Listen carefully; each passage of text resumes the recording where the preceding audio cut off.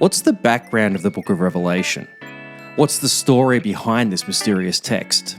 In this week's video, we're on site in Pergamon looking for answers to these questions. We'll look at the influence that the imperial cult had on that city. We'll also consider the impact that this had on the Christians who lived there. And finally, we'll look at how this led to John writing his letter to that church. Stay tuned to find out. I wanted to talk about Revelation itself as a book. It's not actually my area because I'm not just that stupid. I'd rather work on Corinthians, which is just a bit easier to work with, I think. But Revelation is one of those mysterious texts. Very hard to understand, try to figure out what on earth is it referring to, what is it talking about. And the common mistake we make, I think with a lot of our Bible, particularly Revelation, is to think that it's talking to us. It's actually not. You're not that special. If we think it's all about us, you have to think of it like this. The churches in these regions were going through some pretty hardcore persecution. Like, they were actually being killed for their faith. It was pretty serious stuff that they were facing. And so you've got to have to imagine then that John writes this apocalypse to these churches. He says, look, I've got this word of encouragement from the Lord, but it's not for you. It's actually for people 2,000 years from now. They're going to really need to hear this. But for you guys, sorry, I've got nothing for you, but can you just hold it for them? And one day you can pass it down to the people that it's really for. The Bible doesn't work that way. It was written for the people to whom it was sent. And the people to whom it was sent were facing some pretty serious challenges. And the primary challenge they were facing was this imperial cult. So if you want to understand Revelation as a starting point, you have to understand the imperial cult, because that's what is in the background all the way through. If you want to understand what Babylon is in Revelation, that's Rome. It's just a Jewish way of saying Rome, because they're just that bad. They're as bad as what Babylon did to us. So that's our starting point. But the challenge that the Christians faced always was, what do you do about the gods? You look at a temple like this. This is a big temple.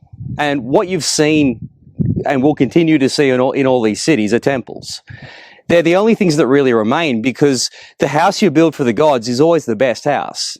You'll use everything you've got that you might put towards your house, but you'll give it to the god for his or her house, because the gods are the most powerful beings. And frankly, we're scared of them. If we don't worship them the way that they want us to worship them, then we're going to die. They're going to punish us, because that's what gods do. And so we have to appease them. That's what these temples are about. It's a place to go and keep the gods happy. So the gods are everywhere. They're in part of every single element of your life. You just have to keep those gods happy if you want success in those particular areas. And so when you look at something like this, it's not just that it's a massive temple, but it's also at the highest point in the city. And the gods you put at the highest point are always the most important gods for the city. And so this one is for Zeus, but also for Trajan, the emperor at the time, but also the father of all of the Greek gods. These are the two most powerful beings in the universe.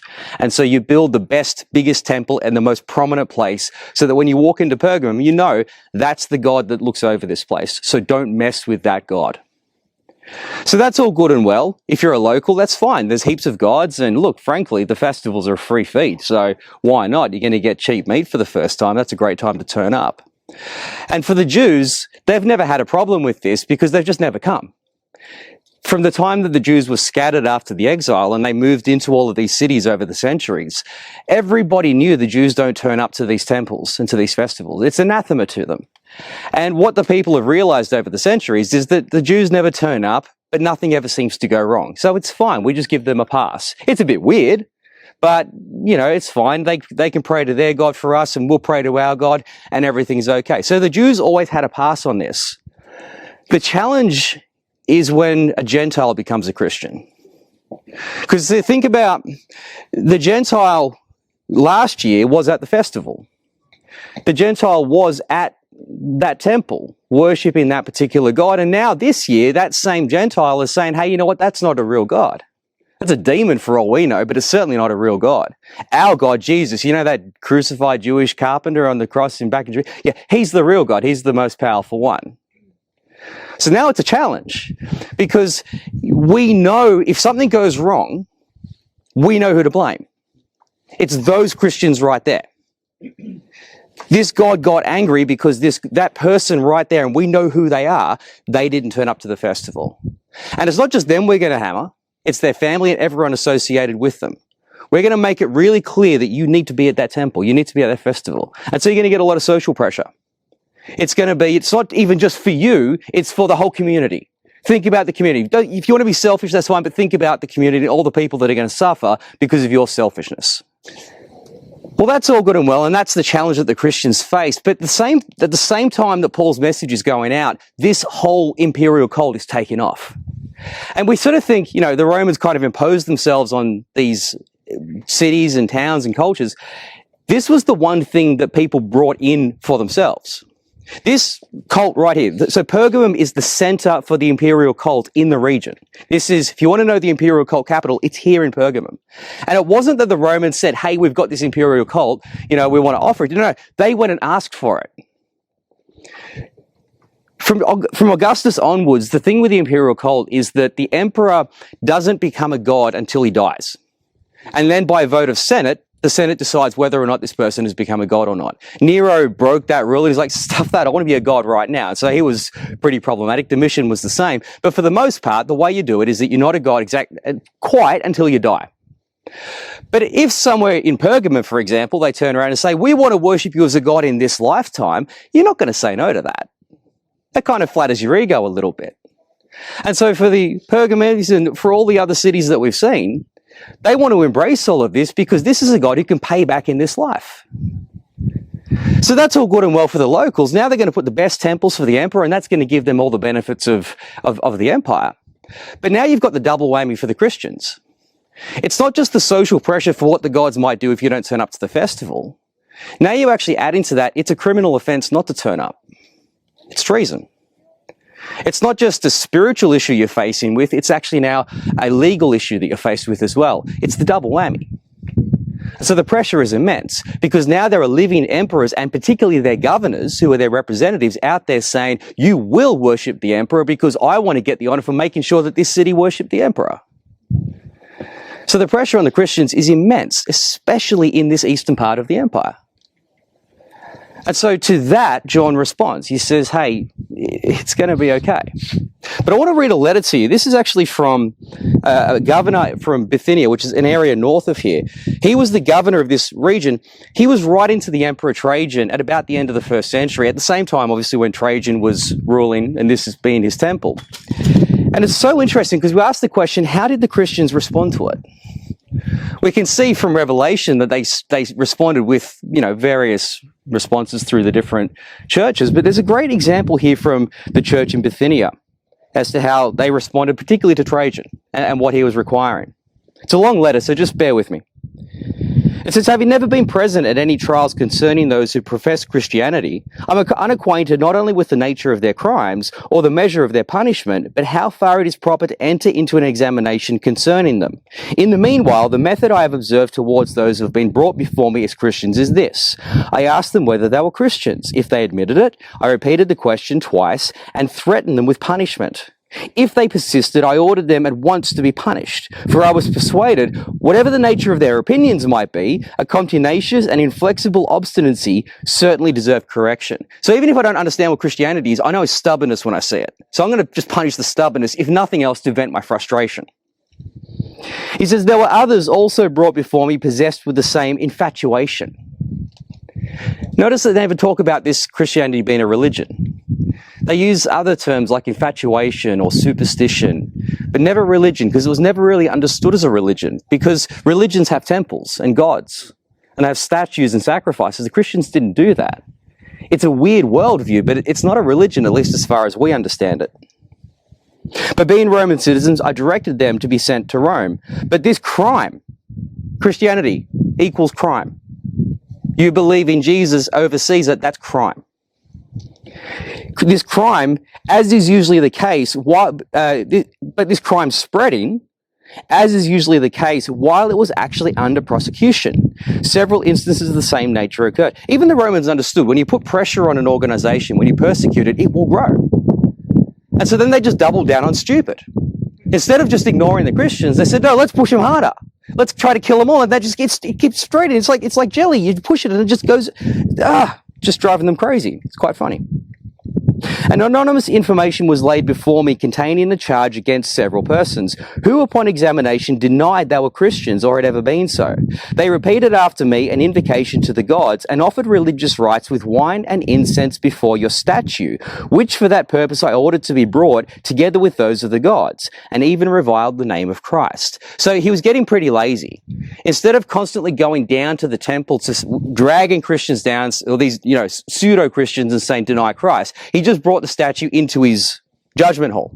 And he said, the statue's right there. Here's a bit of wine. Offer the wine. Call Christ a nasty name. And then it's all done. That's all you got to do. Bit of wine, nasty word, and then this all goes away. That's all we have to do here. I don't want to hurt you. I don't want to punish you. I just want this to be over with. Just deny Christ. That's it. And this can all go away. He says, but whereas there is no forcing, it is said, those who are really Christians into any of those compliances. He says you can pick the Christians really easily because they wouldn't even do the simplest little thing like say a nasty thing about Christ, even in the face of death. I thought it proper, therefore, to discharge them. Some among those who were accused by a witness in person at first confessed themselves Christians, but immediately after denied it. The rest owed indeed that they had been of that number formerly, but had now some above 3, others more, a few above 20 years ago, had renounced that error. Crime, error, superstition. They all worshipped your statue and the images of the gods, uttering imprecations at the same time against the name of Christ. That's all it's going to cost you for your life. Just say a nasty thing about Christ. Now, the fact was some of the Christians did do that. And then they went to church on Sunday and they just asked for forgiveness. But even the real Christians, no, we're not going to do that. That's fake.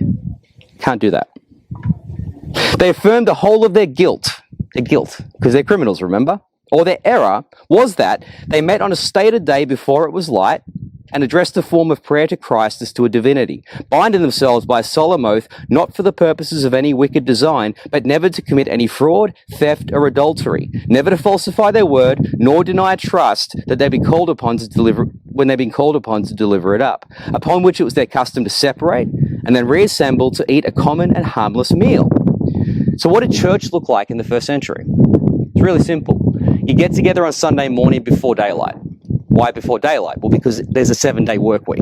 There's no weekends in the ancient world. You work every single day. And so you have to get up before work because work starts when the sun comes up and work ends when the sun goes down. So you get up before work, you get together as your house group, and you look each other in the eye and you say, are you going to be a Christian today? Are you going to represent Christ today? Are you going to be an honorary witness of Jesus Christ? Can we promise each other that we're going to do that? And then they pray, and then they go to their day's work. Then they come back after work, and they'd have a meal together. They'd sit around that same table, and they'd have a meal. They'd eat food, and then maybe read one of Paul's letters, maybe read some scriptures, pray, sing hymns, and then they'd go home and go back to their normal lives. Very straightforward. But look at this. This fascinates me. He says, from this custom, however, they desisted after the publication of my edict, by which, according to your commands, I forbade the meetings of any assemblies. So I don't know what these Christians did afterwards. They couldn't even meet together anymore. What did that look like? Maybe they went underground. We don't know. And so he finishes it up. After receiving this account, I judged it so much the more necessary to endeavor to extort the real truth by putting 2 female slaves to the torture. 2 female slaves. Right, so in the order of hierarchy, somewhere down the bottom is where you get all the slaves, male slaves. Below that, you've got female slaves. And just slightly above them is the scum at the bottom of the barrel. 2 female slaves brought in for interrogation, who were said to officiate in their religious rites. The pastors of this church were female slaves. Please don't ever let it be said that women can't minister in church. It's insane. They were doing it since day one. But all I could discover was evidence of an absurd and extravagant superstition. So that's how they responded. How did the church in Pergamon respond? Well, this is what Jesus says. To the angel of the church in Pergamon write, these are the words of him who is the sharp double-edged sword. I know where you live, where Satan has his throne. What's Satan's throne? It's this. It's this right here. See, Satan had set up his main base of operations in Rome, in the West. But the capital of the imperial cult in this region was right here. This is where Satan had set up in the East. Right here, where you're standing. He says, I know what's going on up there. If you want to know about the imperial cult, you come here.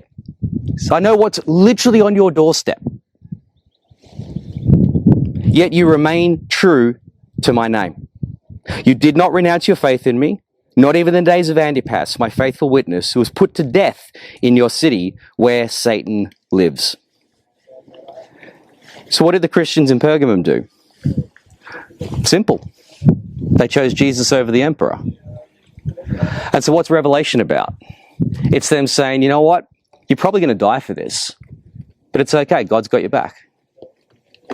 So it was written for them, but it is written for us to this extent. Whatever the circumstances are, even if you feel like you are in the midst of whatever this is going on here, the point of Revelation is really, really simple.